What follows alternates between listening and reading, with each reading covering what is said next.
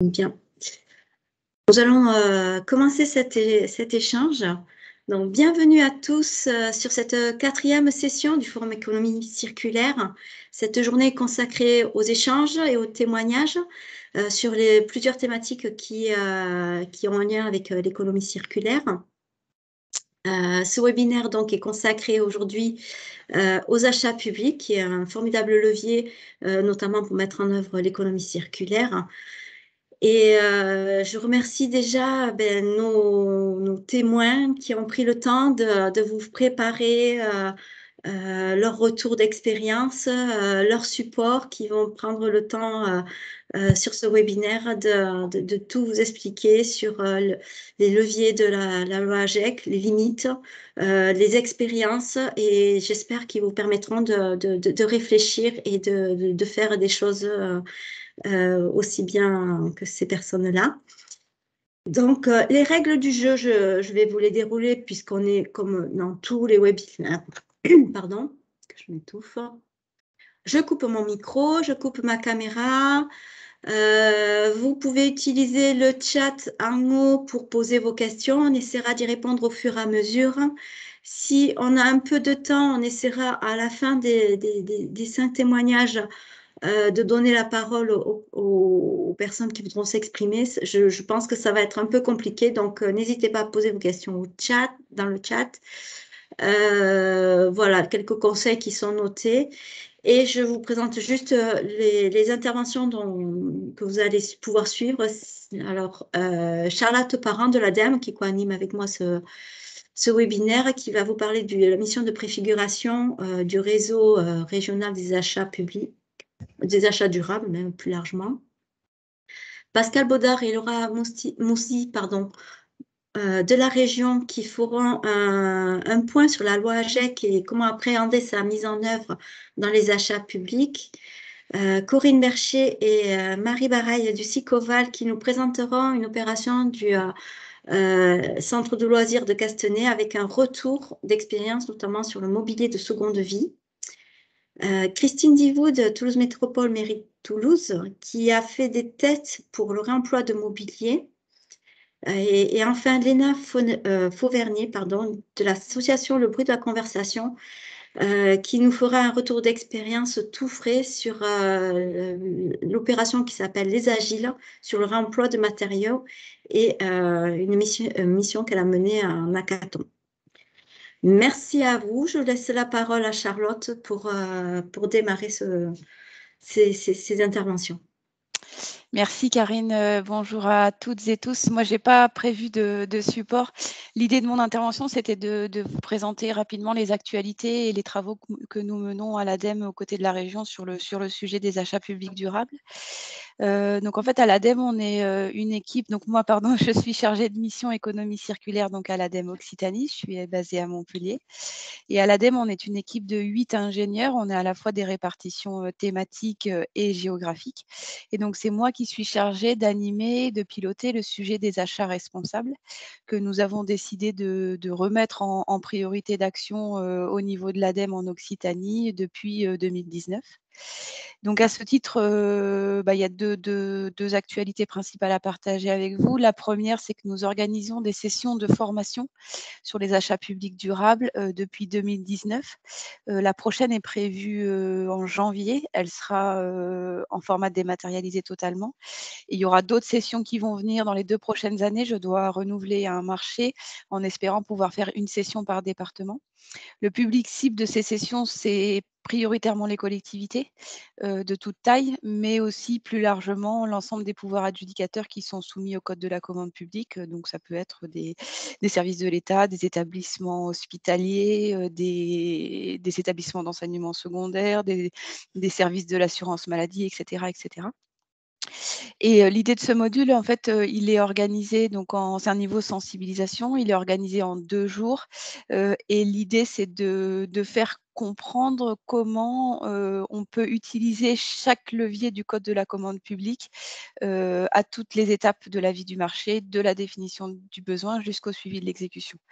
Et ce module, il est enrichi au fur et à mesure du temps, par des exemples concrets et aussi par des évolutions réglementaires, qui sont, en ce moment d'ailleurs très, très riches. Donc ça, c'est, une action portée par l'ADEME et depuis 2019, au côté ADEME, on a aussi, porté d'autres actions de sensibilisation, alors soit en présentiel, soit en webinaire et des actions d'accompagnement puisqu'on a accompagné 15 collectivités, dans une meilleure prise en compte du développement durable dans leur marché, dans un de leurs marchés. D'ailleurs, on va prochainement publier des fiches de retour d'expérience, hein, sur ces marchés. Là, elles sont en cours de finalisation. Et en fait, toutes ces actions que nous avons menées, ont montré, qu'il y avait une vraie appétence, sur le sujet, mais encore énormément de questions, énormément de besoins parce que, ces pratiques, même si le code de la commande publique, offre des possibilités depuis de longue date, elles ne sont pas forcément, très ancrées en fait, dans les collectivités. Alors je parle essentiellement des collectivités parce que c'est celles que je côtoie le plus, mais c'est évidemment pas les seules qui sont soumises au code de la commande publique. Et en fait, toutes ces entités-là ont beaucoup de besoins, ont exprimé beaucoup de besoins, des besoins de formation, des besoins d'accompagnement, des besoins de partage d'expérience, des besoins de production ou d'échange d'outils méthodologiques. Et tout ça, évidemment, l'ADEME n'est pas en mesure de le fournir, en propre. Et donc nous avons décidé aux côtés de la région de mener des travaux de préfiguration, d'un futur, réseau régional d'achat public durable. Et quand je dis la région, on a l'immense chance d'avoir à la fois la direction de la transition énergétique et la direction de la commande publique et de l'achat. Et ça, c'est vraiment une chance parce que voilà, on a besoin de l'appui de la région, pour avancer et c'est pas du tout le cas dans d'autres régions de France. Donc c'est vraiment une chance. Pour autant, on s'est vite dit que ces travaux-là ne pourraient pas être conduits, uniquement par l'ADEME et la région, mais il fallait bien qu'on mobilise, les acteurs, les premiers concernés.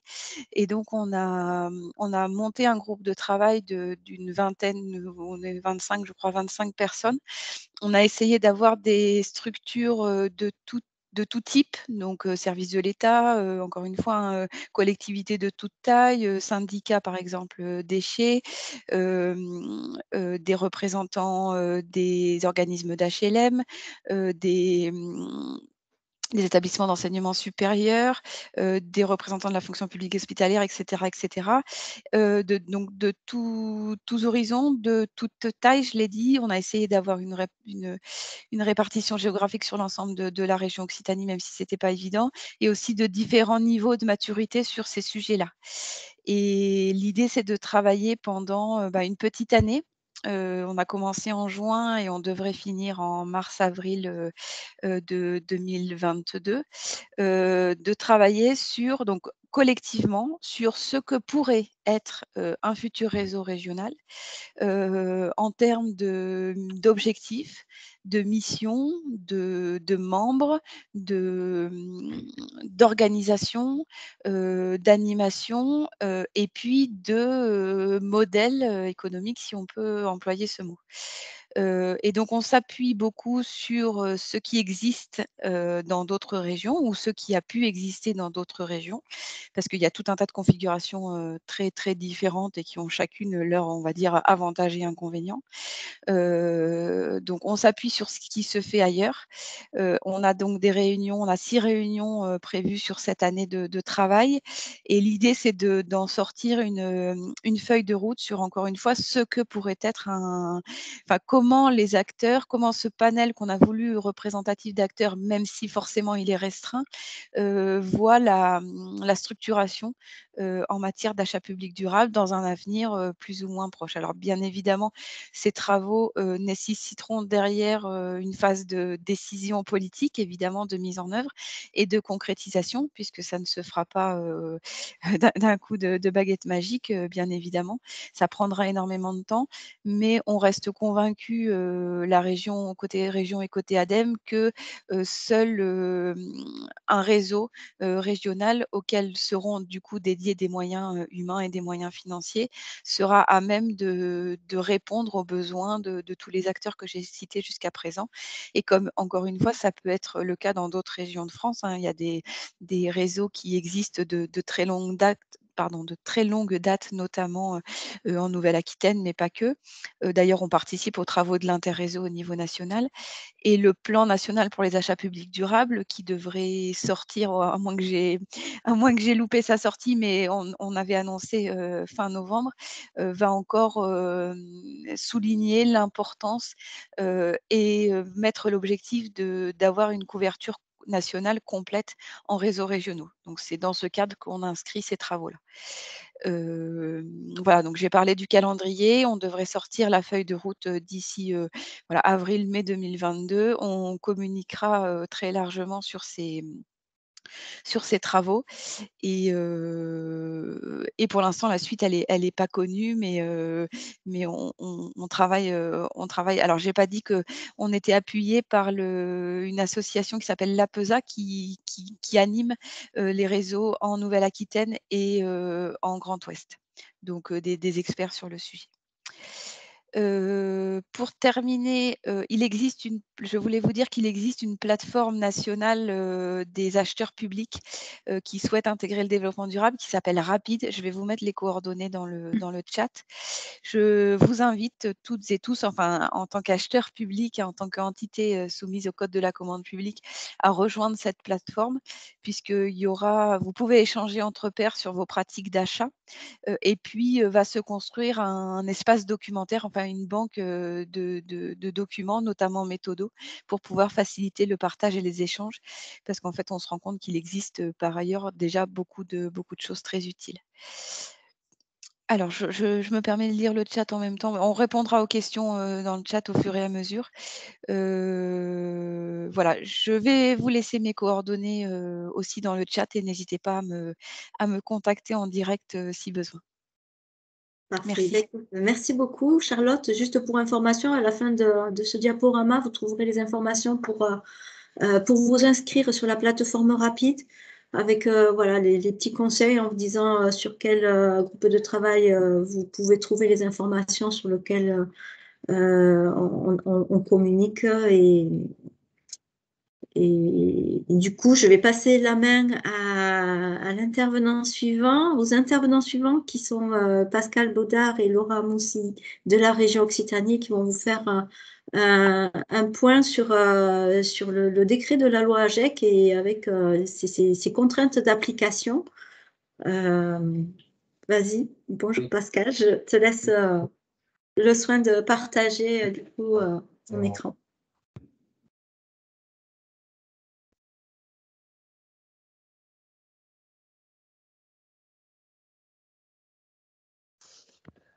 C'est bon pour moi.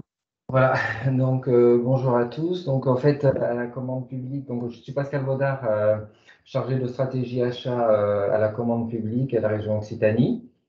Et donc nous travaillons avec mes collègues, notamment Laura Mousti, sur la mise en œuvre du décret du 9 mars 2021 relatif à l'obligation d'acquérir des biens issus du réemploi ou de la réutilisation ou comprenant des matières recyclées. L'idée de l'article 58 de la loi du 10 février 2020 est de faire de la commande publique un levier de l'économie circulaire et aussi bien sûr, de contribuer à la prévention des déchets et à la préservation de l'environnement. Et c'est aussi un levier d'économie pour les acheteurs. Donc, en fait, ce décret qui est applicable depuis le 9 mars 2021 a des dispositions qui lui sont propres et vise 17 lignes de produits. J'y reviendrai un peu plus tard, a des objectifs de dépenses réalisés annuellement par produit ou catégorie de produits. Donc, ce qu'on entend par les produits qui sont ciblés par le décret, des produits issus du réemploi, c'est-à-dire que ce sont des produits qui n'ont pas été transformés et qui sont remis sur le marché, comme des mobiliers de bureau, donc d'occasion, ou des vêtements de seconde main, ou des matériels informatiques d'occasion. Contrairement à des produits issus de la réutilisation qui, eux, ont subi, par exemple, des réparations comme des téléphones reconditionnés ou des cartouches remanufacturées. Enfin, sont impactés par les produits par les objectifs du décret, les produits recyclés, comme le plus connu étant le papier, mais évidemment, il y en a bien d'autres. Donc, le décret se présente sous différentes lignes, comme le textile.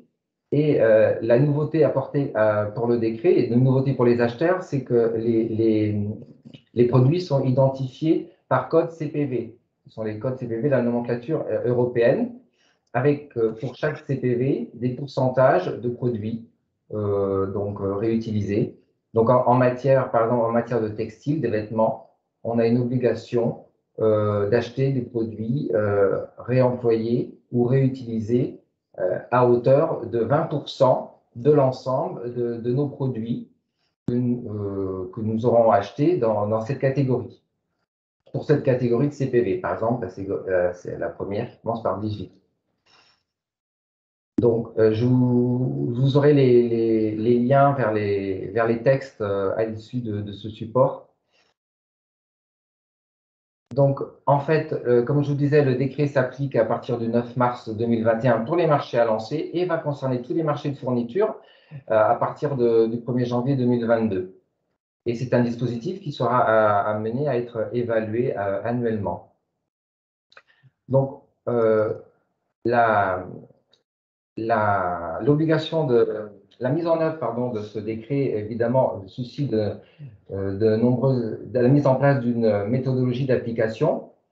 Et il est donc sur les éléments de méthodologie qu'il est conseillé de mettre en œuvre, c'est d'abord de faire un diagnostic de vos marchés à lancer, des marchés existants et des produits concernés.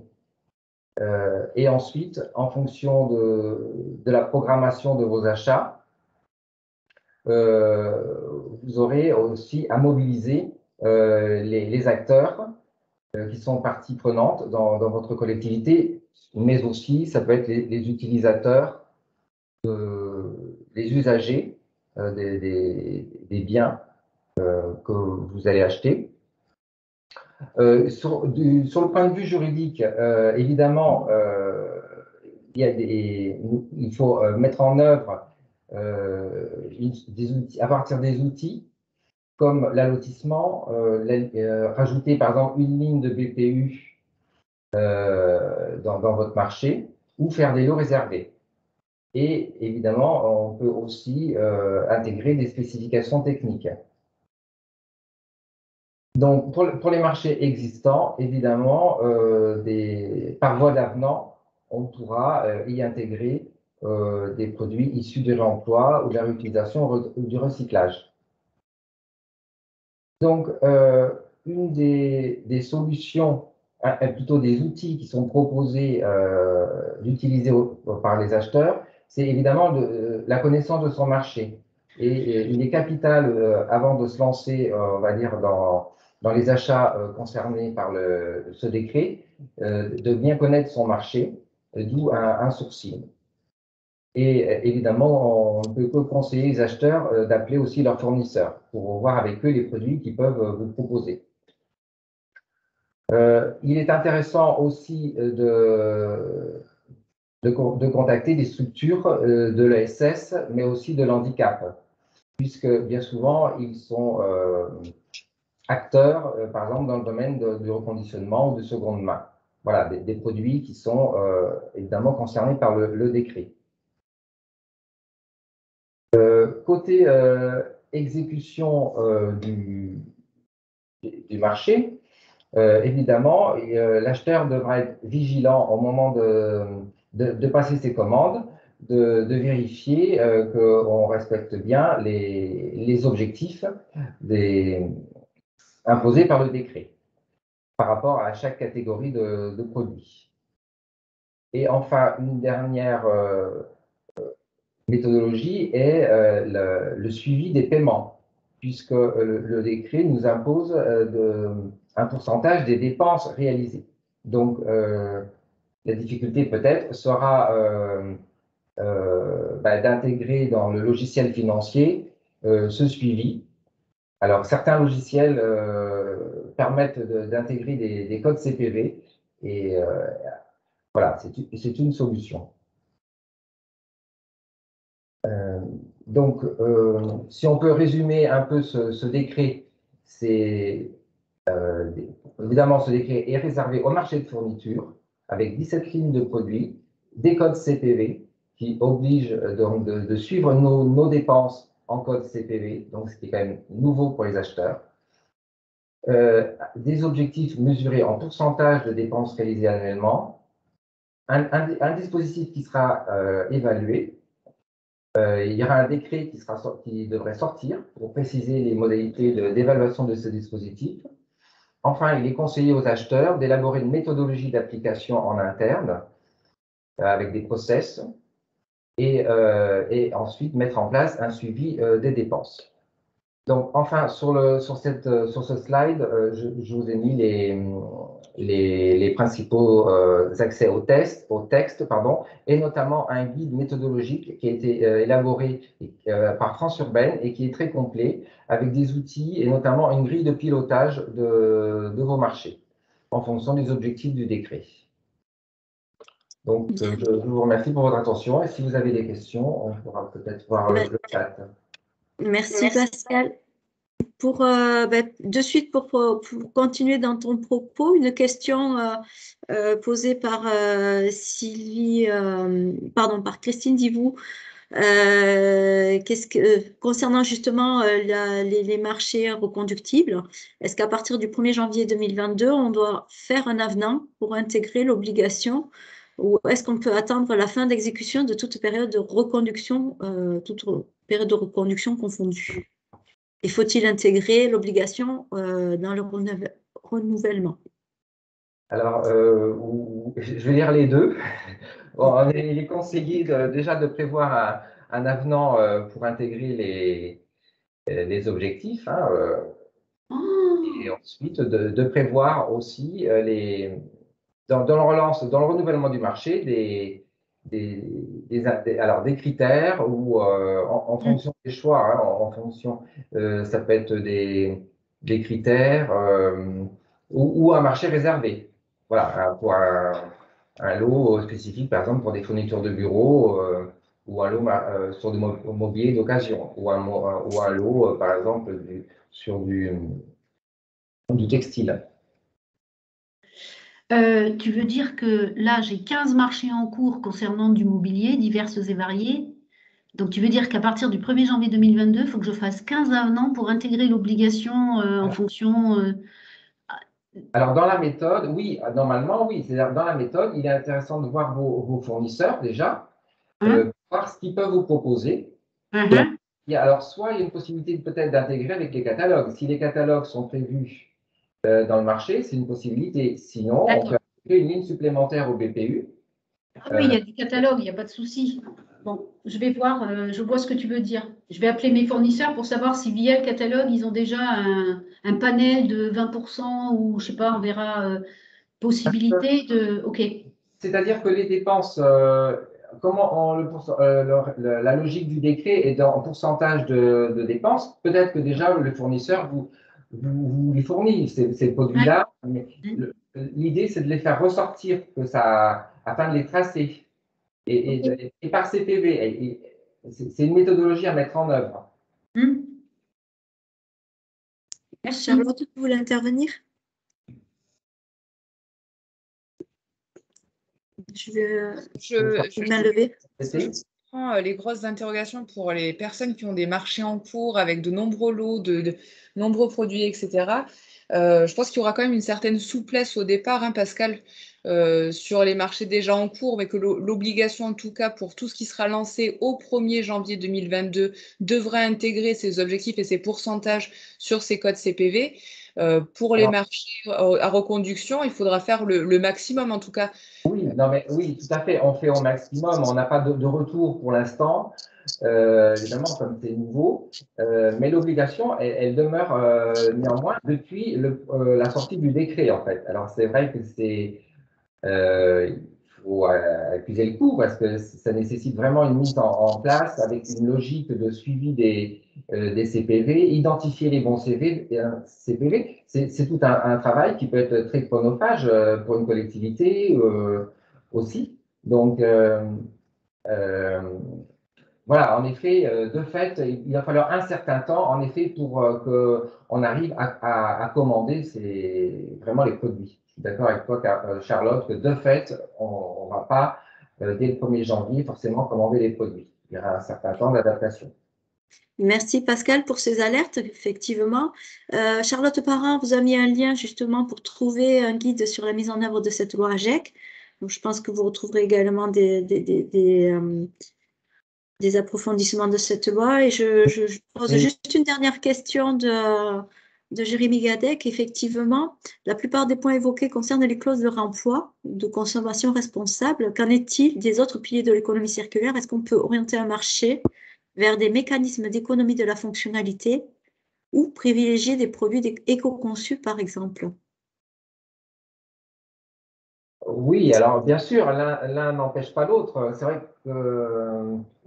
C'est vrai qu'il y a vraiment une obligation légale sur ce point-là de l'économie circulaire, mais après, en effet, vous pouvez mettre d'autres dispositifs en place au niveau de votre collectivité ou au sein du marché, hein, évidemment, faire récupérer, par exemple, la récupération des biens ou des matériels en fin de marché. Par exemple, ça se fait beaucoup en matière d'informatique.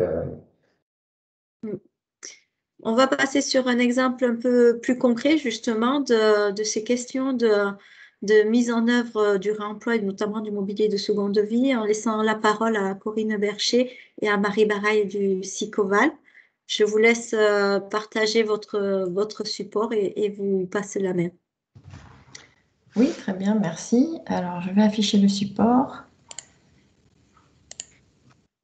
Est-ce qu'il apparaît à l'écran? Oui, c'est bon, très oui. bien. Ok, je vais le passer en mode diaporama.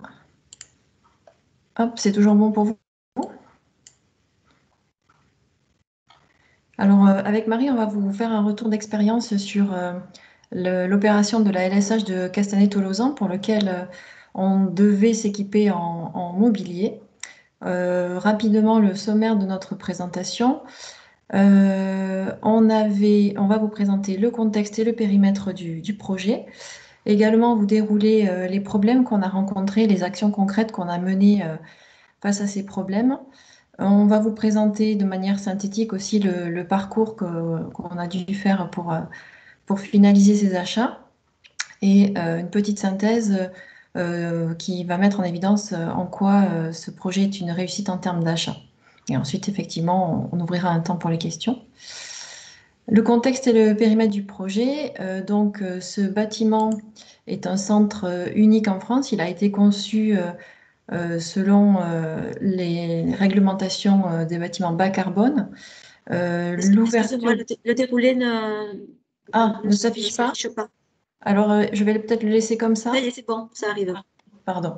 Donc, oui, donc c'est un bâtiment bas carbone dont l'ouverture était prévue pour le mois de novembre avec un minimum de 200 enfants. Ce qui nécessitait qu'on ait finalement le mobilier livré au plus tard pour le 15 octobre, pour ouvrir dans de bonnes conditions. Et ce mobilier, pour respecter la logique environnementale du bâtiment, devait lui aussi avoir une logique environnementale, c'est-à-dire être du mobilier potentiellement de seconde vie ou du mobilier neuf labellisé. La diapo suivante, je vais laisser Marie vous la présenter. Par contre, c'est embêtant qu'on ne voit pas le diaporama parce que le diaporama permet quand même une appréhension un petit peu plus… Si, on le voyait, mais il défilait pas tout à l'heure et maintenant c'est bon. Est-ce que Merci. là, c'est bon pour vous On est toujours? sur les problèmes rencontrés, oui. Allez, sur le premier quart du cercle, normalement. Ouais, alors du coup, au niveau des problèmes rencontrés, donc on avait cette temporalité assez courte finalement pour pouvoir ouvrir en novembre 2021, sachant qu'on a été missionné sur ce projet courant avril. Fallait donc que le mobilier soit bien livré à mi-octobre pour pouvoir le répartir dans les salles. Et du coup, on s'est heurté à des délais d'approvisionnement assez longs si on devait commander du neuf ou auprès de nos fournisseurs classiques. Donc, on s'est vraiment posé la question quels étaient les articles dont on avait besoin. Par rapport à ces articles-là, de s'assurer qu'ils soient quand même assez homogènes, en tout cas au sein d'une même salle d'activité. Auprès de qui on pouvait les acheter, qu'est-ce qu'il en était des normes, des garanties, du service après-vente si on partait sur du mobilier donc de seconde vie. L'organisation des livraisons qui était assez complexe et surtout une forte mobilisation en interne qu'il fallait dynamiser et mettre en place pour que ça fonctionne. Donc on a pris attache auprès des fournisseurs classiques avec lesquels on a l'habitude de travailler. Ils nous ont dit clairement que pour le moment, ils n'étaient pas prêts pour faire du seconde vie. Donc du coup, on s'est posé les questions, mais auprès de qui on va pouvoir trouver ce mobilier? Et enfin, le dernier quart du camembert, c'était vraiment la procédure en termes de commande publique, comment la rédiger, quels étaient les critères, comment on pouvait organiser tout ça. Voilà, donc du coup, je vais vous présenter les actions concrètes qu'on a mis en œuvre pour lever les freins. Ben, la première des choses, ça a été de lister précisément les besoins, c'est-à-dire d'en faire une désignation assez fine, les quantités, définir les quantités dont on avait besoin, les couleurs, l'utilisation qui devait être faite de ces mobiliers par rapport à l'ensemble des différentes salles de la LSH. En parallèle, on a mené des recherches sur Internet pour trouver des opérations similaires et s'inspirer aussi de ce qui avait d'ores et déjà été fait. Je ne vous cache pas qu'on a eu quelques difficultés quand même à trouver des infos. Pour tout vous dire, je n'avais trouvé qu'un seul projet. Ça avait été mené par la métropole de Strasbourg. Le partage s'est arrêté? Non. Non, c'est justement. J'ai repris la main parce qu'en fait, ça défilait pas chez vous. Ah d'accord, très bien. Ben, je vais vous laisser faire alors, Karine, à ce moment-là. On a donc moi, j'ai contacté la métropole de Strasbourg. Malheureusement, ils m'ont pas répondu dans les délais pour mener à bien notre projet. Donc, on a fait 100 et j'ai continué à effectuer des recherches juridiques sur la thématique marché pour voir quelle était notre latitude en la matière.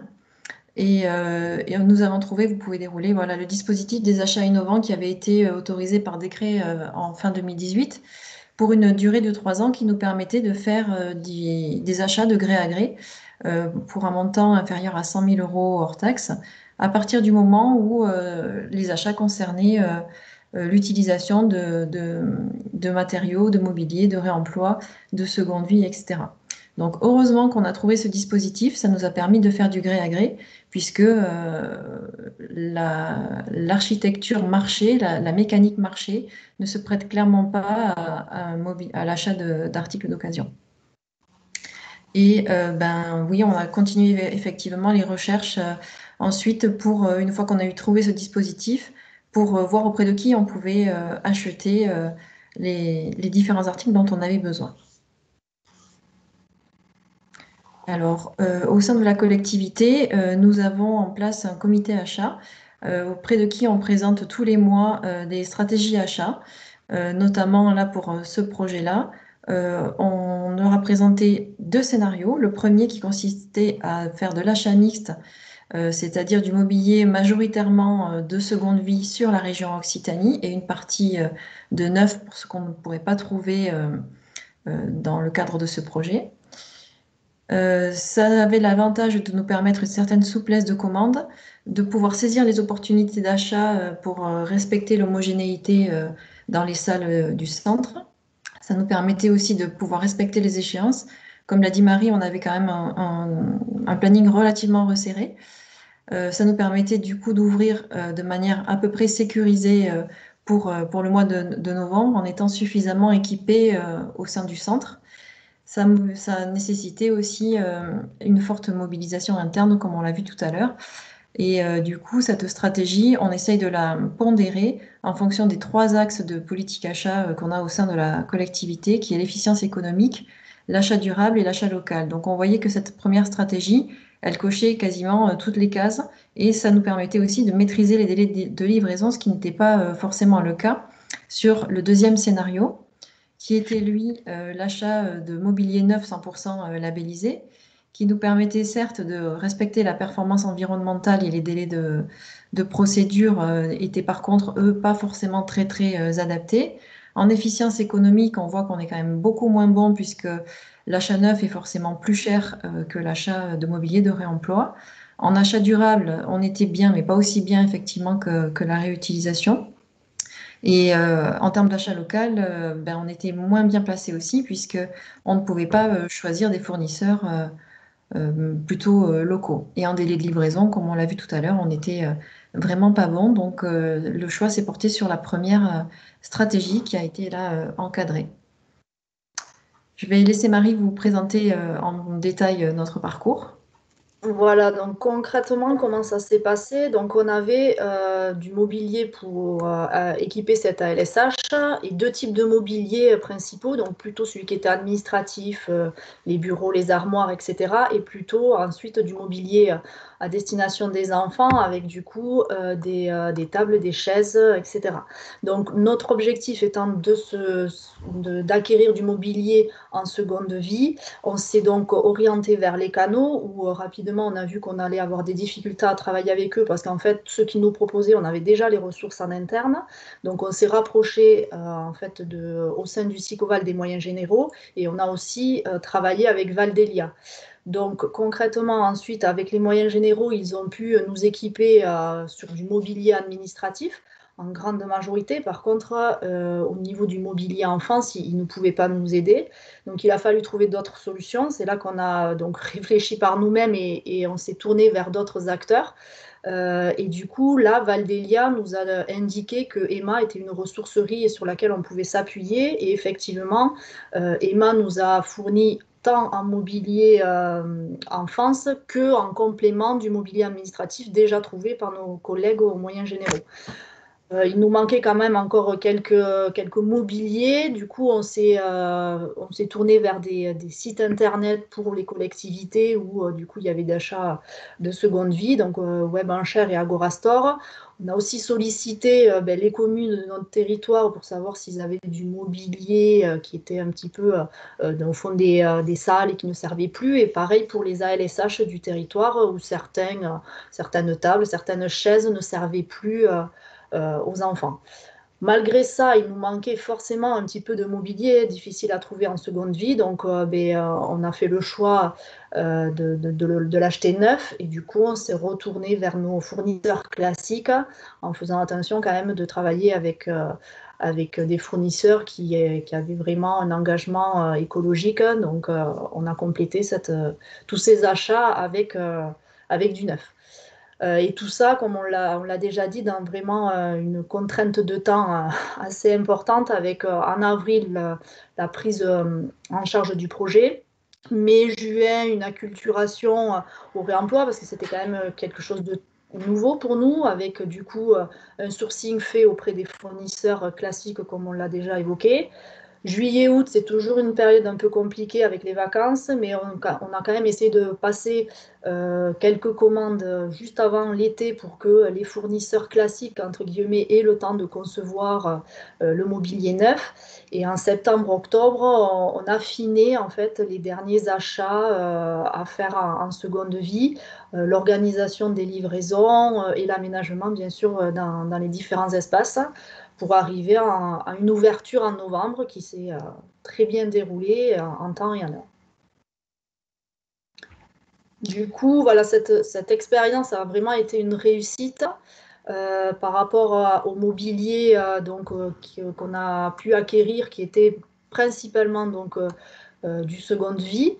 Ça a pu se faire parce que du coup, on avait cette souplesse d'achat au niveau du dispositif innovant. On a aussi eu la chance, au moment où on recherchait le mobilier, de trouver un gisement important, notamment avec Emma, mais aussi nos collègues. Du coup, tous ces achats de seconde vie, de réemploi à proximité avec les acteurs ESS répondaient parfaitement à l'idée de ce bâtiment éco-responsable. Et point aussi important à noter, c'est que forcément une économie financière a été relevée, mais on la pondère quand même avec des coûts humains en termes de logistique assez importants, difficilement chiffrables, mais qui du coup pondèrent un petit peu cette économie financière. Ce projet a aussi, ouais, voilà, ce projet a été aussi une réussite au sens plus large du terme, parce que le portage politique nous a permis de suivre cette stratégie d'achat finalement au regard des enjeux environnementaux et sociaux que requérait le projet. Il y a la disponibilité des équipes aussi qui est à saluer pour veiller toutes les opportunités en la matière et animer le réseau des collectivités. Effectivement, si on ne prend pas le temps de veiller sur Internet, notamment sur les sites d'enchères, des nouvelles annonces, on peut passer à côté d'un gisement important qui nous manque pour se doter. Et voilà, je vous laisse. Oui, voilà, la synergie interne, comme on l'a dit tout à l'heure, qui est prépondérante en fait, et c'est ce qui fait que le projet a pu marcher. C'est que l'ensemble des agences s'est mobilisé pour mener à bien les étapes en fait qui suivent l'achat à proprement parler. Voilà, on en a terminé sur notre présentation. Donc, s'il y a eu des questions, on peut. Oui, je vais les relayer de suite, puisque c'est une des questions qui a trait justement aux enchères électroniques. Est-ce qu'elles peuvent être considérées comme une alternative à ce type d'achat à seconde vie? Une alternative, ça dépend le sens de la question. En tout cas, nous, ça reste un moyen d'acheter en fait. Le mobilier qui est présent sur ces sites-là est ouvert à l'acquisition pour toute personne intéressée, que ce soit des particuliers ou des collectivités. Donc, le tout, c'est d'avoir en fait le dispositif, on va dire, comptable qui vous permet rapidement d'acheter. J'allais demander. Voilà. Une autre question justement sur le mobilier. Est-ce qu'il a été utilisé tel quel, le mobilier de seconde vie, ou est-ce qu'il vous a été nécessaire de le repeindre, de le faire réparer, le remettre en état Donc c'était effectivement, on ne l'a pas noté dans le diaporama, mais on s'est attardé à acheter du mobilier effectivement déjà utilisable. Alors il y a juste eu un coup de nettoyage classique à faire, mais voilà, éponge et savon, mais pas vraiment de peinture réparation, parce que du coup d'un point de vue logistique derrière, on n'avait pas les moyens de passer du temps à ça. Donc après ça a été un des critères qui a fait qu'on a acheté ce type de mobilier, et il s'en trouve. Comme tu le disais, Marie, aussi tout à l'heure, on a eu la chance d'avoir un gisement important à ce moment-là. C'est ce qui vous a permis notamment de pouvoir, entre guillemets, faire un petit peu les difficiles, et encore que le mobilier qu'on vous a proposé était relativement en bon état. Donc voilà, ça a permis aussi de limiter cette partie de nettoyage, réparation et remise en peinture qui aurait pu être nécessaire. Et une dernière question, est-ce que vous pouvez préciser un peu ce que sont les coûts cachés? Oui, là, en apparence, effectivement, quand on fait un achat, on paye l'article en lui-même, purement et simplement. Et quand on le fait auprès d'un fournisseur classique, le coût qui est plus ou moins caché, mais intégré dans le prix, c'est ne serait-ce que la livraison. Là, en l'occurrence, le coût caché, c'est le coût humain des agents qu'on n'a pas pu comptabiliser, c'est-à-dire la mobilisation de Marie, de ses collègues, de moi-même pour toutes les recherches en amont et faire que la machine puisse tourner. C'est également la sollicitation des équipes de la trésorerie pour voir comment on allait pouvoir s'organiser pour acheter du mobilier d'occasion. C'est aussi la mobilisation des équipes logistiques en interne, en gros les hommes forts avec le camion pour aller chercher le jour J auprès des collectivités auprès de qui on s'est doté les différents mobiliers. Voilà, donc c'est tout ce qu'on appelle, nous, les coûts humains cachés. C'est toute cette partie, finalement, qu'on voit difficilement à travers ce genre de projet, quoi. Merci beaucoup pour votre témoignage.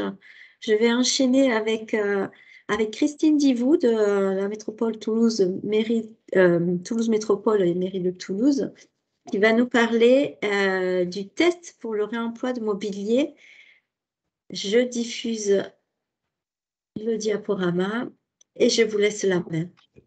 Bah, c'est une super transition avec ce qui vient d'être dit parce que du coup, la problématique là il y avait la question sur est-ce qu'on a pu réutiliser le mobilier en direct ou est-ce qu'il a été nécessaire de le restaurer. Ben, nous, on a fait un test de restauration en fait. En fait, le contexte est assez simple. En 2019, on a lancé un plan d'action achat pour tous nos marchés immobiliers.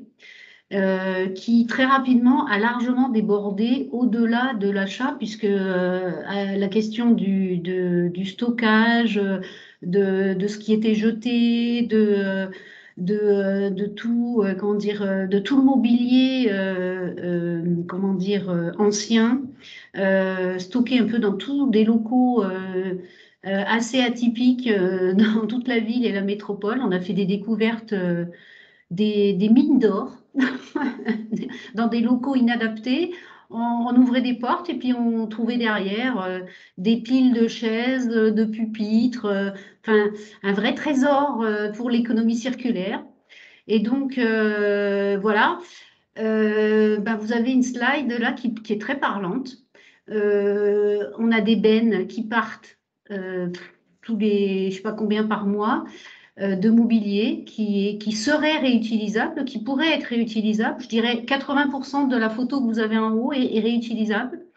La photo d'en bas, c'est un exemple d'endroit où on retrouve du mobilier qui est stocké là depuis 1, 2, 10, 20, on ne sait pas trop. Donc, à l'issue de ce constat, on a eu 12 leviers d'optimisation possibles sur le plan d'action achat. Y compris les plateformes d'enchères, y compris les plateformes, etc. On a là, mais notamment un sur le réemploi en interne. Donc, comme Toulouse Métropole, c'est une grosse boutique, on bénéficie comment on appelle ça, de cabines de peinture comme un carrossier. Et on a 4 sites sur lesquels on a des grosses cabines de peinture dont 2 dans lesquelles rentrent des poids lourds. Donc, on s'est posé la question de ce mobilier scolaire. On a fait un test spécifiquement sur le mobilier scolaire. On a une consigne quand même en interne, c'est que on veut une certaine homogénéité de couleurs, au moins dans une classe, au même titre que ce que les collègues disaient, au moins dans un même espace, avoir une certaine homogénéité de mobilier. Nous, c'était l'homogénéité, elle est demandée au niveau de la couleur. Donc, comme dans les stocks, on a des anciennes chaises qui sont jaunes, avec des piétements jaunes, verts, bleus, marron, on s'est dit comment on peut faire pour que ce piétement métallique, il soit dans une couleur identique et qu'on puisse réinjecter une classe entière d'un seul coup. Et donc, on a dit, on va faire un test. On a eu le premier réflexe, c'est d'essayer de s'appuyer sur des entreprises extérieures ou des associations ou une structure existante. Et on s'est vite aperçu qu'en fait, il n'existait pas grand-chose en Occitanie qui pouvait assurer le test que nous, comme nous, on voulait le faire. Donc, on s'est retourné sur l'interne et là, on s'est dit, ben oui, on va utiliser nos cabines de peinture qui, normalement, sont utilisées pour les véhicules. Et donc, on a fait sur 4 sites différents le même test, dont 3 sites avec la même quantité de mobilier et un site avec une quantité, une volumétrie plus importante. Et donc, on a élaboré un processus identique pour tout le monde pour essayer de sortir une première base de coûts et comprendre comment ça se passe chez nous, donc éprouver un peu un processus. Le résultat, il a été très intéressant parce que sur les 3 sites qui avaient la volumétrie identique, on a eu des coûts complètement disparates. Donc, ça veut dire que le processus utilisé est différent. Donc, du coup, là, ça permet de se poser des bonnes questions.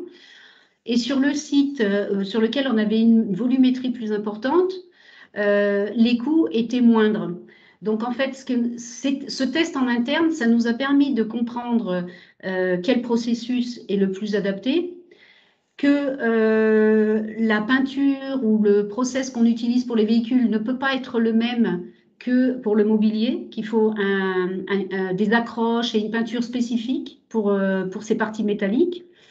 Et que comment dire, nos collègues sont pas du tout aguerris à optimiser leur processus. Donc, si on pérennise ce test chez nous, ça va forcément passer par une élaboration, on va dire, de fiches de processus, de fiches techniques pour la bonne utilisation des bons produits, etc. Enfin voilà. Bon. Et ce que je ne vous ai pas dit, tout à l'heure, vos collègues parlaient de coûts cachés. Le test, il a été tellement fait en interne, avec les moyens dont on disposait, etc. C'est le service achat c'est même pas notre service logistique mobilier, mais c'est le service achat qui a pris son petit camion au service mobilier pour aller chercher les mobiliers différents dans les stocks, dans les espaces de stockage qu'on avait identifiés, pour les amener dans les sites, etc. Enfin, vous voyez, là, en termes de coûts cachés, on était pas mal aussi, parce que c'était du tout pas comment dire, nos actions ou nos missions, mais bon, c'est comme ça. Voilà. Donc, le test a permis de mettre en avant aussi que pour que ça soit intéressant en termes de coût global, il faut une volumétrie assez importante. Ça ne peut pas être fait pour une vingtaine de chaises ou une vingtaine de pupitres. Il faut que ça soit vraiment, il faut optimiser la cabine de peinture pour que ça soit vraiment efficient. Donc voilà. Et aussi, donc après avoir éprouvé le process avec les collègues qui travaillent au quotidien dans ce domaine de cabine de peinture, de carrosserie, etc. Donc il y a eu plein d'échanges intéressants. Ils étaient tous emballés sur ce test. C'était tellement inhabituel qu'ils ont été une bonne collaboration, un engouement pour le projet. Vraiment, c'était super. Et du coup, comment dire, la finalité, c'est que si on pérennise le process, ça sera ouvert à d'autres produits ou équipements que le mobilier scolaire. Notamment, on pense à toutes sortes de mobilier où il y a beaucoup de parties métalliques, donc les vestiaires, des bancs, enfin bon, toutes sortes de produits qui peuvent rentrer dans une cabine de peinture et qui ne posent pas de problème, quoi. Voilà. Voilà, voilà. Si vous avez des questions, n'hésitez pas. Merci beaucoup pour ce témoignage. C'est vraiment passionnant. J'étais suspendue à vos lèvres, j'attendais C'est gentil. raconter ça. Une belle histoire. Hein. Ben oui, je te prie, Charlotte. Oui, merci effectivement pour ces deux témoignages hyper intéressants. Ça me fait penser à deux choses. En complément, vous avez souligné le manque en fait de fournisseurs locaux qui seraient prêts, voilà, qui auraient des produits, une offre suffisante pour atteindre les objectifs de la loi AGEC. Alors c'est vrai, il y a une communauté d'acteurs au niveau de l'Occitanie qui se crée autour de ce qu'on appelle les 3 R, la réparation, le réemploi, la réutilisation. Cette communauté est animée par l'ADEME et la région. Donc, elle commence à se structurer, elle commence à se connaître et elle travaille sur une espèce de feuille de route des missions qui pourraient être faites et notamment l'élaboration d'un kit de communication. Et bien évidemment, on a tout de suite pensé au lien avec la commande publique, notamment avec la loi AGEC. Hein. Enfin voilà, on est en plein dans le sujet. Donc, il va falloir trouver des articulations et voir comment on structure tout ça. Ça peut être effectivement aussi un des objectifs du futur réseau régional que de travailler sur ce sujet et de faire mettre en lumière les acteurs de la région engagés sur le réemploi en matière de fournisseurs de solutions. Alors, et la deuxième chose, pardon, oui. Pardon. Oui, non, mais c'est évident. Je pense que toutes les collectivités, elles vont exactement se poser les mêmes questions sur beaucoup de segments d'achat, d'ailleurs, pas que le mobilier. Et un des objectifs aussi, j'imagine, réglementaires, c'est que à partir du moment où des obligations sont soumises aux collectivités, ça va nécessairement faire monter en compétence les offreurs de solutions locaux et faire monter l'offre. Voilà, donc il faut aussi qu'on diffuse très largement et qu'on communique là-dessus. Et par exemple, nous, on a accompagné à l'ADEME financièrement une entreprise basée du côté d'Uzès qui fait du réemploi, enfin du reconditionnement en fait de sièges de bureau. Donc, ils récupèrent du mobilier auprès de Valdelia, de leurs propres clients, voire même de particuliers. Et ils ont toute une ligne de reconditionnement. Et ils refont donc du matériel reconditionné à partir de mobilier usagé. Et donc ça, clairement, ça peut rentrer dans les dispositions de la loi AGEC pour les collectivités. Et je pense que ce genre d'entreprises vont se multiplier, alors sur des segments d'achat certainement différents, mais vont être en mesure de se multiplier pour pouvoir répondre à la demande. Oui, parce que ce que je ne vous ai pas dit, c'est que nous, ce mobilier qu'on avait, il fallait déposer la partie bois pour n'intégrer dans les cabines de peinture que la partie métallique. Et donc, cette partie bois, elle a été déposée par nos services internes de la direction de l'immobilier, dans lequel on a un espace de stockage assez important de mobilier, pour faire un stock tampon, parce qu'on est quand même nombreux. Et donc, il nous faut un stock tampon, pas beaucoup, mais un stock tampon. Et il faut avoir déjà l'espace de pouvoir gérer cette logistique de dépose et de repose de parties. Voilà. Donc déjà, il faut avoir cet espace, il faut avoir les ETP qui vont avec, qui sont volontaires pour le faire. Donc là, c'était un test. Mais si on pérennise, tout ça nécessite une organisation en interne comme en externe. Donc à voir. Hein. Bien. Je crois que Corinne Berchier voulait prendre la parole. Oui, je voulais souligner que l'ensemble du gisement là, que vous avez mis en évidence aurait pu grandement nous intéresser pour notre projet. Bon, maintenant, c'est fait, on s'est équipé, mais ce qui serait intéressant, c'est de pouvoir mettre en relation en fait les projets entre collectivités, parce que j'imagine que ce projet-là que vous avez présenté, il n'est pas tout récent non plus.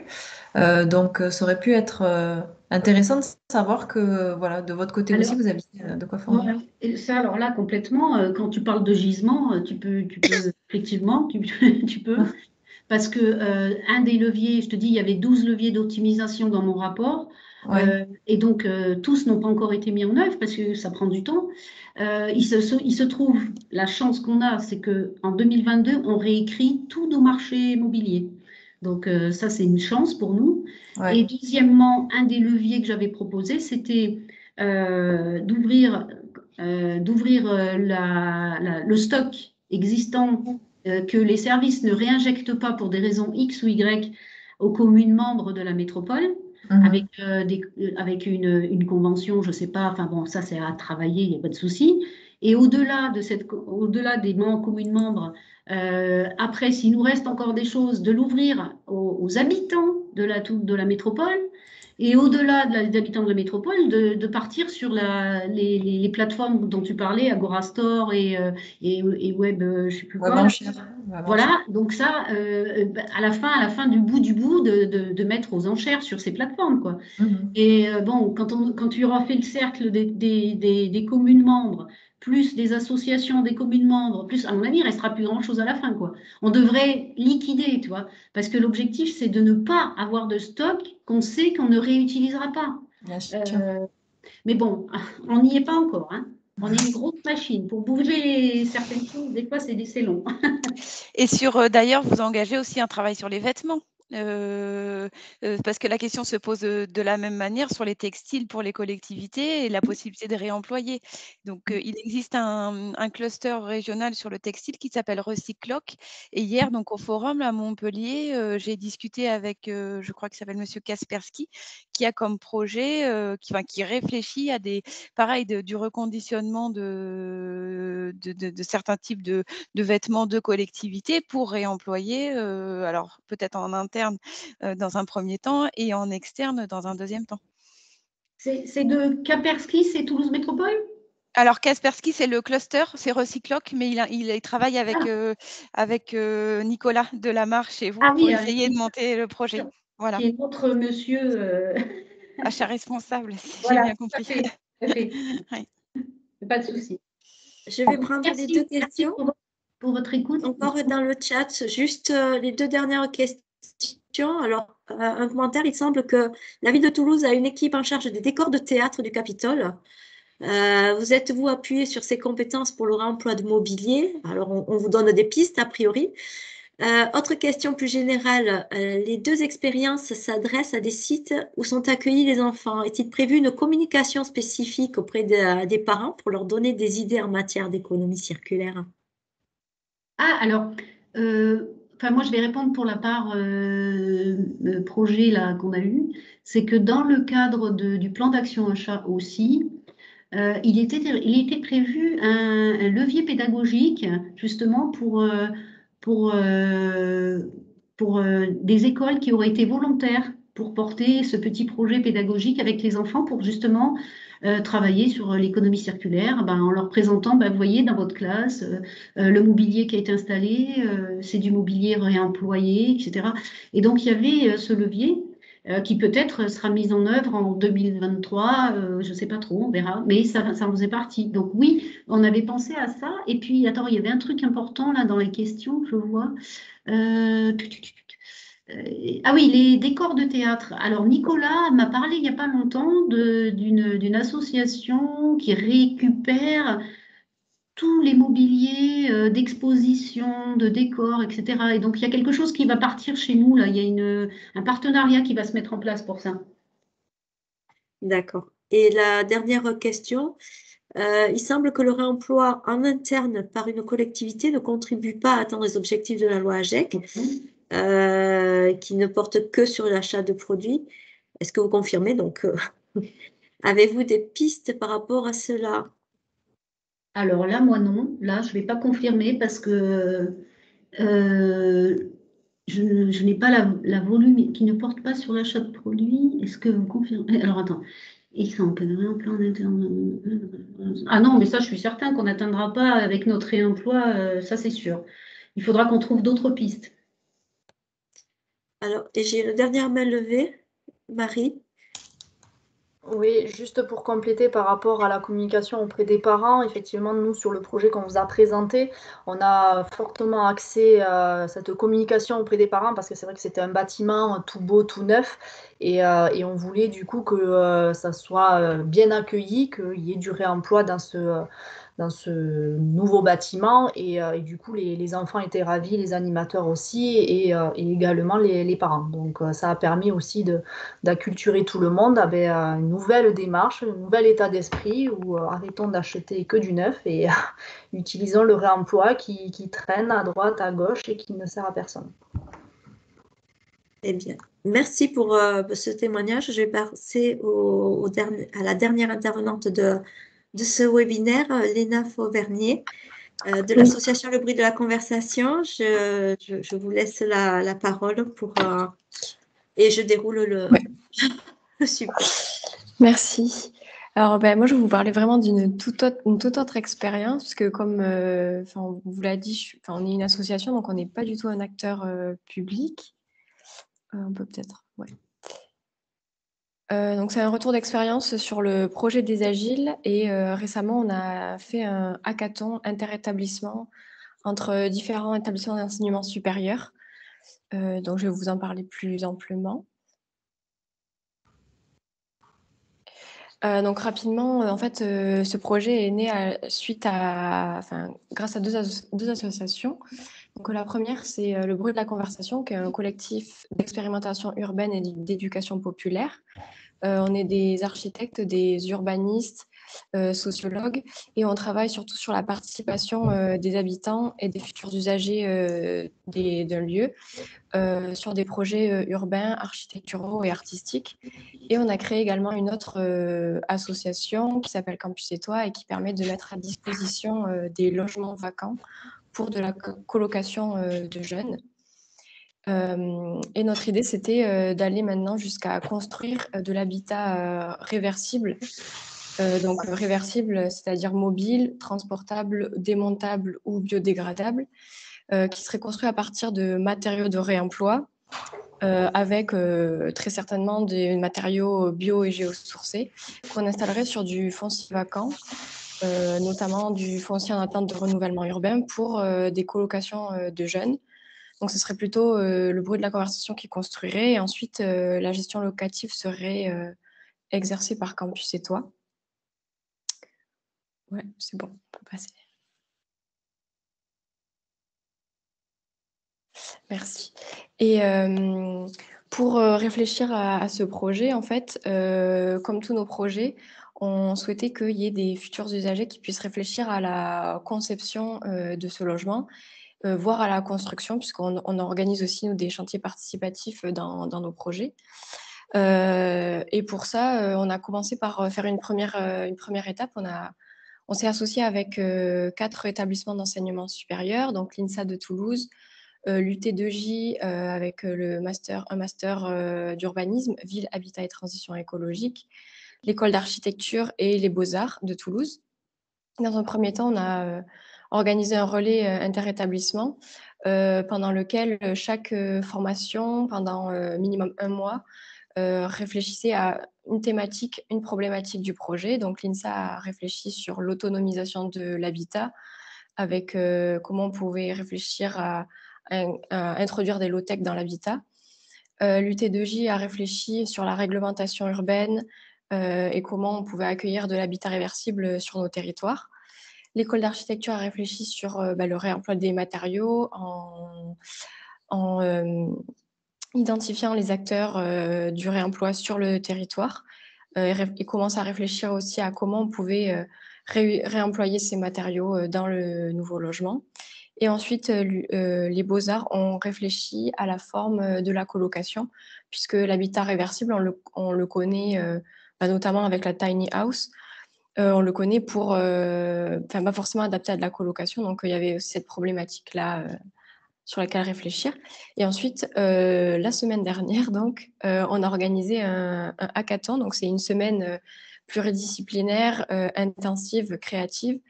On peut passer à la diapo suivante, pendant laquelle on a réuni ces 4 écoles et on a fait des équipes pluridisciplinaires, vraiment où on a mélangé les différentes formations. Le but, c'était que chaque équipe puisse proposer, concevoir un habitat réversible. Et l'idée, c'était que chaque équipe s'imagine être en colocation et produise un habitat dans lequel il se voit vivre.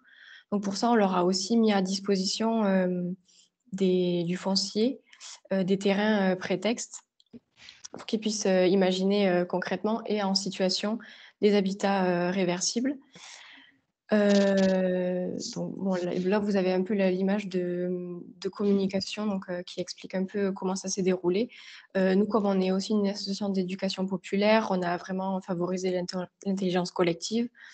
Et donc, il y avait aussi un grand échange avec des experts qui venaient apporter leur pierre à l'édifice et rebondir sur les travaux des étudiants.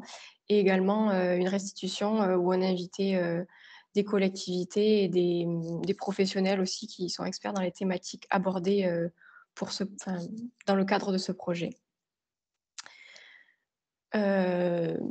Donc c'est vraiment tout frais comme retour d'expérience et c'est vraiment une étape dans la mise en place de ce projet. Mais on a vraiment remarqué que les étudiants et donc les futurs professionnels de la construction de nos territoires étaient globalement peu formés et peu sensibilisés aux questions d'économie circulaire, et notamment au réemploi des matériaux. En fait, on s'est rendu compte que ça leur venait pas à l'idée de réutiliser de la terre, par exemple, excavée de chantiers de construction, même le tissu, le verre, enfin voilà, c'est vraiment des matériaux qu'ils n'ont pas idée d'utiliser pour la construction. Également, l'aspect low-tech, c'est vraiment peu connu pour eux. On a eu un grand travail de sensibilisation auprès d'eux. On a pu remarquer également que c'est un public qui aspirait à de nouveaux modes de vie, à des modes de vie variés, mais ils ont beaucoup proposé aussi des projets tournés vers la modularité, parce que même si c'était des projets qui étaient à destination de jeunes, ils ont énormément proposé des habitats qui pouvaient être adaptés à d'autres publics, pour une famille ou même pour de l'équipement public. Donc, c'était vraiment quelque chose de très intéressant. On a eu également beaucoup de retours sur l'attrait du périurbain, notamment sur le fait que ça pouvait leur permettre d'avoir des espaces extérieurs qu'ils ne trouvent pas en ville, dans leur logement. Et cela permettait aussi d'installer toute la technologie low-tech nécessaire. Mais néanmoins, on remarque des jeunes qui ne sont pas encore très sensibilisés, même à titre personnel, à avoir des modes de vie sobres. Dans le fait, comme on leur a demandé de s'imaginer vivre dans ces logements-là, on avait quand même l'envie d'avoir des salles de bain individuelles, des micro-ondes, enfin bon, tout un tas de technologies et de choses qui ne permettent pas l'économie d'énergie forcément. Donc c'était un peu un équilibre à trouver et une sensibilisation de chaque instant. Et ce qui était vraiment très intéressant, nous, on en avait un peu une petite idée avant de proposer cet exercice aux étudiants, mais c'est vraiment ressorti encore plus de manière beaucoup plus flagrante, le rôle que pouvait avoir ce type de projet dans la valorisation des ressources locales et des territoires aussi, puisqu'en fait, en fonction de chaque territoire sur lequel ils pouvaient s'implanter, ils ont pu beaucoup chercher, s'entretenir, identifier, s'entretenir avec des acteurs locaux, notamment des entreprises, des artisans, qui pouvaient leur mettre à contribution beaucoup de ressources et de matériaux pour qu'ils puissent imaginer construire leur habitat réversible. Donc, c'est vraiment un réseau local qui peut être mis en place. Donc, on a pu également expérimenter le fait que ce type de projet pouvait mettre en place de nouvelles dynamiques sur le territoire, notamment des projets qui sont en attente de renouvellement urbain. Ça pouvait permettre la préfiguration d'usage, l'acceptabilité de nouveaux projets sur ces territoires. Également des étudiants qui avaient très envie de s'impliquer dans mettre en place des projets sur ces territoires, s'impliquer dans, par exemple, il y avait un terrain qui allait mettre en place une guinguette. Les étudiants étaient fortement intéressés pour contribuer à ce type de projet, notamment en lien avec l'économie sociale et solidaire. Mais en termes pour l'étape suivante, on se retrouve confronté à pas mal de questionnements, qui a été aussi évoqué lors des précédentes interventions. Mais concrètement, on n'a pas ou très peu de banques de matériaux. Et il y a également la question de la concordance des calendriers, notamment des chantiers de démolition desquels on pourrait récupérer des matériaux. C'est vraiment il nous manque un peu de réseaux ou de structures qui peuvent faire ce lien. C'est vraiment une question qu'on se pose actuellement. Également la question des coûts qui sont engendrés par les transports, mais aussi l'usinage dans le réemploi et la réutilisation de matériaux qu'on peut récupérer. Également les normes de construction qui sont un gros frein qu'il n'y a pas forcément dans le mobilier, par exemple. Nous aussi, on va être confrontés à ça. On va vouloir aussi équiper nos logements de mobilier de réemploi, mais en tout cas, dans l'aspect construction pure, on va être confronté à des freins liés aux normes, notamment pour pouvoir les mettre ensuite en location. La garantie décennale aussi des constructeurs, des entreprises, des artisans. Tout cet aspect-là qui est assez compliqué, qu'il va falloir vraiment prendre en compte. Surtout que un peu dans l'imaginaire collectif, la récupération, ça peut permettre de réduire les coûts, mais dans la construction, le gros œuvre, c'est pas forcément le cas puisque les artisans n'ont pas encore l'habitude de penser en plus leurs moyens de construire pour ça puisse être démonté et réutilisé. Et ensuite, quand ces matériaux sont démontés, comment on le remet en œuvre? Enfin voilà, c'est des compétences qu'il va falloir acquérir aussi. Donc voilà, il y a pas mal de questions qui se posent, et notamment le lieu de stockage, puisqu'on peut voilà, récupérer des matériaux, mais notamment par rapport au problème de calendrier. Il existe des structures qui stockent pas mal de matériaux, notamment Recyclobat, la glanerie, Emma aussi, que je ne connaissais pas, sur le Sicoval. Mais voilà, il y a une grosse question sur la mise à disposition d'espaces de stockage, et voilà, est-ce que c'est des lieux qu'on laisse en libre service, ou est-ce qu'il y a des structures qui font le relais entre les chantiers de démolition, par exemple, et les personnes qui veulent acheter ou récupérer ces matériaux. Voilà, globalement. Et pour un retour un peu plus concret sur la semaine qu'on vient de passer et les derniers mois qu'on a passés, c'est vrai que c'est des étudiants qui sont maintenant beaucoup plus sensibilisés, même s'il y a beaucoup de travail à faire, et même au niveau des enseignants. Voilà, on a eu des retours, des personnes qui sont très, très emballées par le projet, mais qui en fait ne savent pas forcément comment nous aider, ou qui n'ont pas les compétences en interne encore pour nous épauler là-dessus. Donc, tant au niveau des établissements d'enseignement supérieur que des professionnels, il y a encore du chemin à faire. Mais ça nous a quand même permis de rencontrer, bien sûr, énormément de potentiels futurs partenaires sur ce projet-là.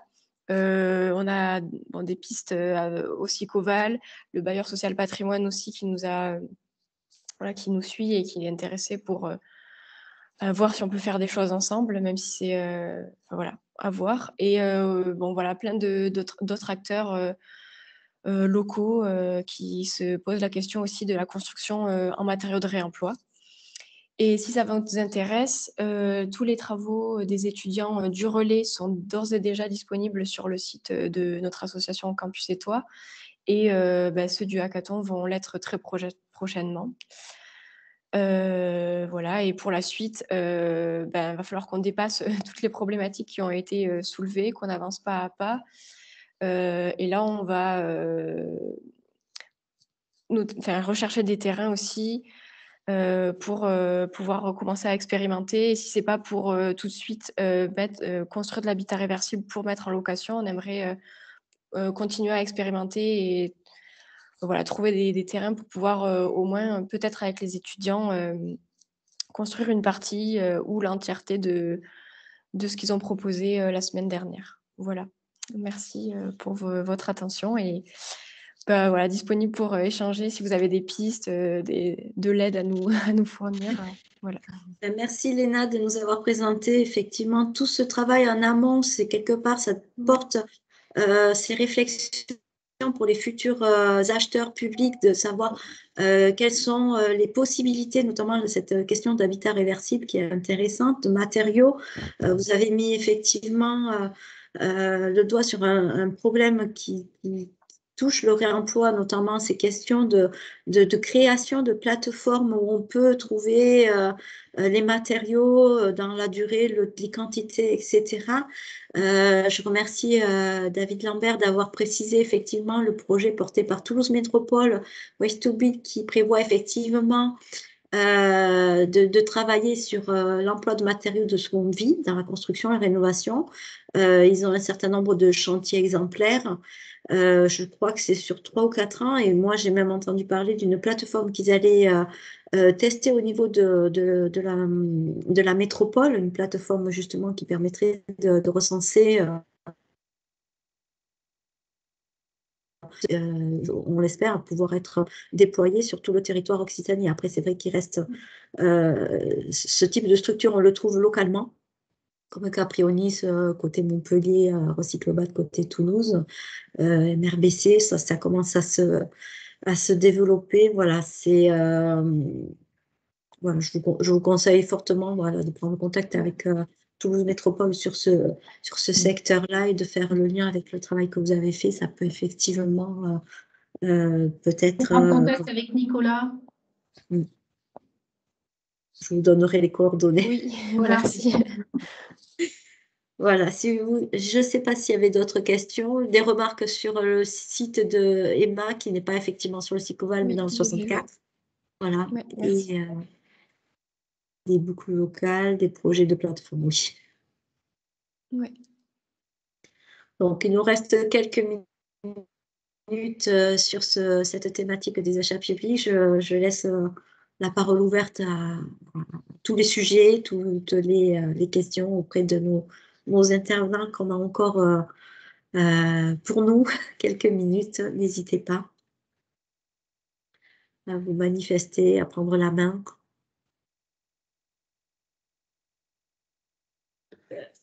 Quoi qu'il en soit, vous retrouverez l'ensemble de ces présentations sur la plateforme Cyclope.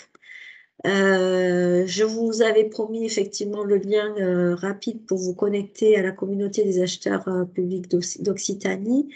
Vous avez le lien. Il vous faut, voilà, la petite démarche simple de créer son compte rapide.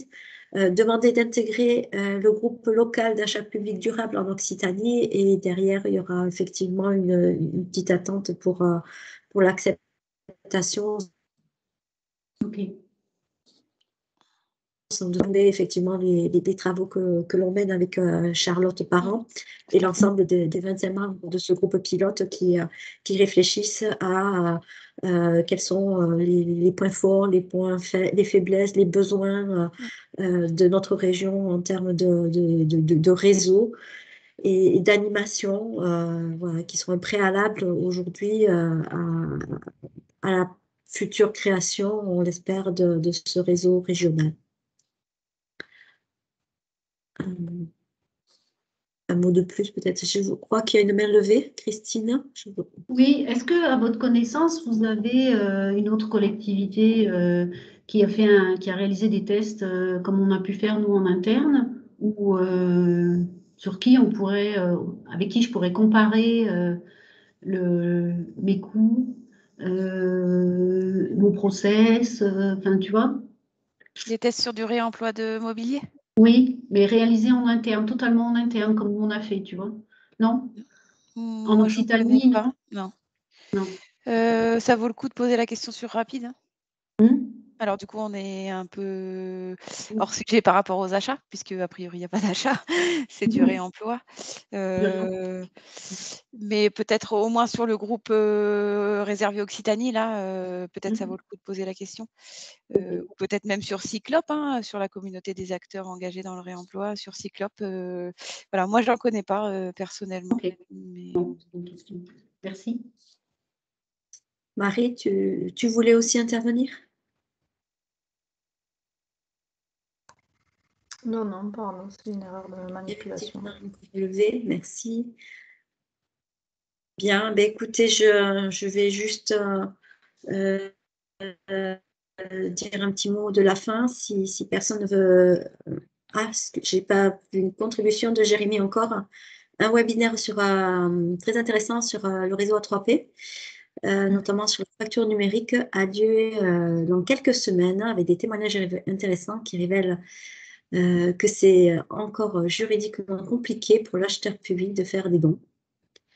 Donc, il faut passer par des super. Oui. Je suis d'accord avec lui. C'est l'écrire, je ne sais pas le lire. Et oui, je l'ai bien compris comme ça. Donc, effectivement, on ira chercher cette information pour pouvoir suivre. Et un autre sujet, notamment sur les achats publics et l'économie circulaire, disponible en replay. Tout à fait. Donc, la même chose pour ces échanges que l'on a eus. Le replay sera disponible sur la plateforme Cyclope ainsi que le diaporama qu'on a présenté.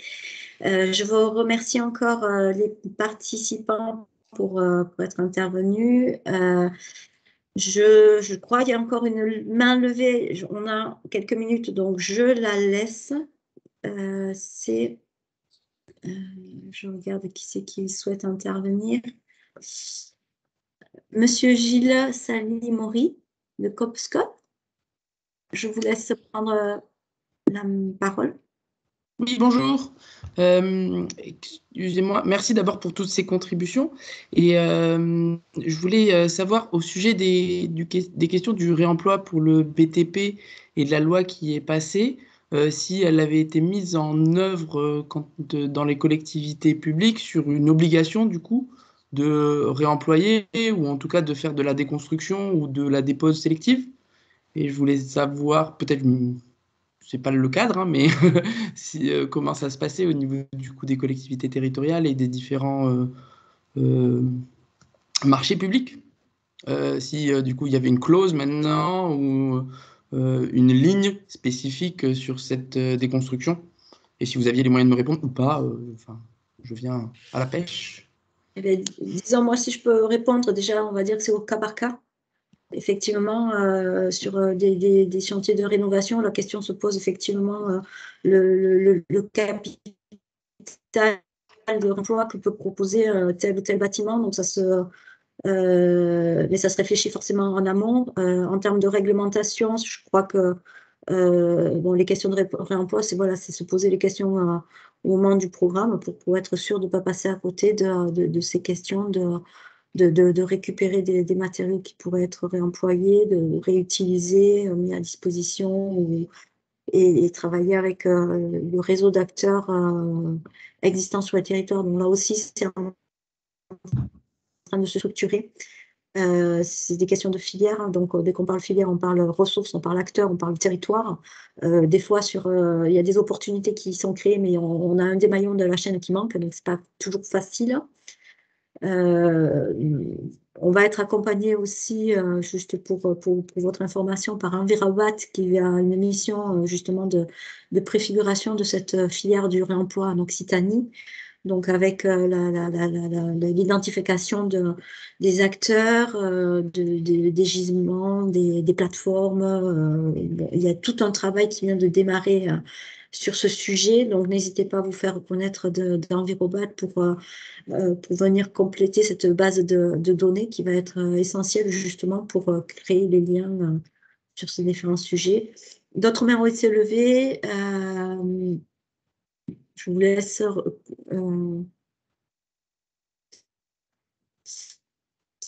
Qui veut, Monsieur Guillemot, Oui. Renaud. Oui, bonjour. J'ai pris la main pour faire le lien avec la question qui vient d'être posée juste avant. Je suis chef de service économie circulaire pour l'entreprise Colas. On a à peu près 120 plateformes qui accueillent du déchet inerte sur le territoire sud-est.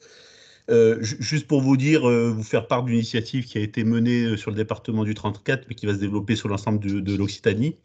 On a travaillé avec la région Occitanie et l'ADEME sur un label qui s'appelle le label GECO, donc Granulat de l'économie circulaire en Occitanie, et qui va permettre donc de labelliser les différentes plateformes de recyclage, donc de donner aussi aux grands donneurs publics la connaissance de ces plateformes et puis leur donner de l'information sur ces plateformes et sur les matériaux que nous produisons, la qualité des matériaux que nous produisons. Donc l'idée, c'est que vraiment on avance sur ce sujet du recyclage et de l'emploi de matériaux alternatifs en construction routière notamment. Voilà, donc on a créé cette initiative sur le département du 34 avec la Fédération régionale des travaux publics, accompagnée par les grands donneurs d'ordre, et on va la déployer sur l'ensemble de l'Occitanie dans les 2 années à venir. Voilà, donc n'hésitez pas à venir solliciter des matériaux de plateformes qui seront labellisées GECO, parce qu'en plus c'est vraiment une démarche travailler en concertation avec la région Occitanie. Oui, Voilà. c'est une démarche partenariale, effectivement, avec l'implication des maîtres d'ouvrage pour justement quels sont les critères que l'on peut mettre et comment intégrer justement ces critères et ces essais dans les futurs marchés publics. Donc, Tout à fait. c'est vrai que c'est une démarche innovante qui est intéressante aussi à signaler. Je ne sais pas si tout le monde a eu la possibilité de s'exprimer. Je refais un dernier appel, peut-être. Je viens de lever la main, Karine. Voilà, j'y vois plus rien parce qu'il y en a des mains levées qui ne sont pas éteintes. Donc, Christine, ça s'écrit comment, GECO? Comme ça se prononce. GECO, c'est GECO, Granulat de l'économie circulaire en Occitanie. D'accord. Parce que vous avez parlé de construction routière, donc on parle de quoi? Du noir, là? Pas uniquement, de tout ce qui est D'accord. grave non traité, recyclé, donc toutes les couches qui vont être utilisées dans les aménagements, les constructions routières, D'accord. les voies diverses et variées. Donc on ne parle pas que de l'enrobé, hein. On parle de tout le On parle- recyclage Ok. des déchets inertes issus de nos opérations, de nos chantiers. Et du coup, vous êtes en lien avec quelqu'un chez nous, à la métropole, pour ça? Oui, alors on est en lien avec les gens de la région Occitanie, on est en lien avec l'ADEME et puis on est en lien avec la métropole de Montpellier. Ah, On est en lien avec l'agglo de Sète, l'agglo de Béziers, enfin les grands donneurs d'ordre du 34 et oui. quelques grands maîtres d'œuvre. Et puis l'idée, c'est d'aller maintenant le déployer encore une fois, avec la Fédération régionale des travaux publics auprès des autres donneurs d'ordre de l'Occitanie. Bon, il y a le CD34, hein, Conseil départemental du 34, qui est très très impliqué aussi, Karine Mm. Bussonne, sur cette démarche-là. Oui. Très bien. Christine, je pourrais vous mettre en relation justement avec ce groupe de Oui, travail, comme ça oui, vous ça pourrez m'intéresse. en interne voir qui souhaite suivre, intégrer ou voir les travaux qui pourraient être Parfait. Merci. à faire comme ça. Peut-être une dernière main levée. Marie, j'ai une main. Je ne sais pas si vous voulez intervenir. Et nous, c'est fini. Christine aussi. Ben, écoutez, je vais clôturer cette séance et vous proposer de vous connecter sur le prochain webinaire qui est consacré au plan plastique. C'est le dernier de ce forum économie circulaire qui commence justement à 15h30. Je vous remercie encore pour ces échanges qui ont été vraiment riches. Charlotte, je te laisse la main. J'imagine que tu as encore des choses importantes à nous dire. Non, rien de plus. Merci Karine pour l'organisation et merci à tous les témoins et les participants. Voilà, moi je reste à votre disposition côté ADEME, hein, sur le sujet des achats responsables et notamment la plateforme rapide. Merci, bon Merci après-midi. beaucoup. C'était très instructif. Merci. Merci, au revoir. Au revoir. Bonne fin de journée à tous. Merci, Merci, à au bientôt. revoir.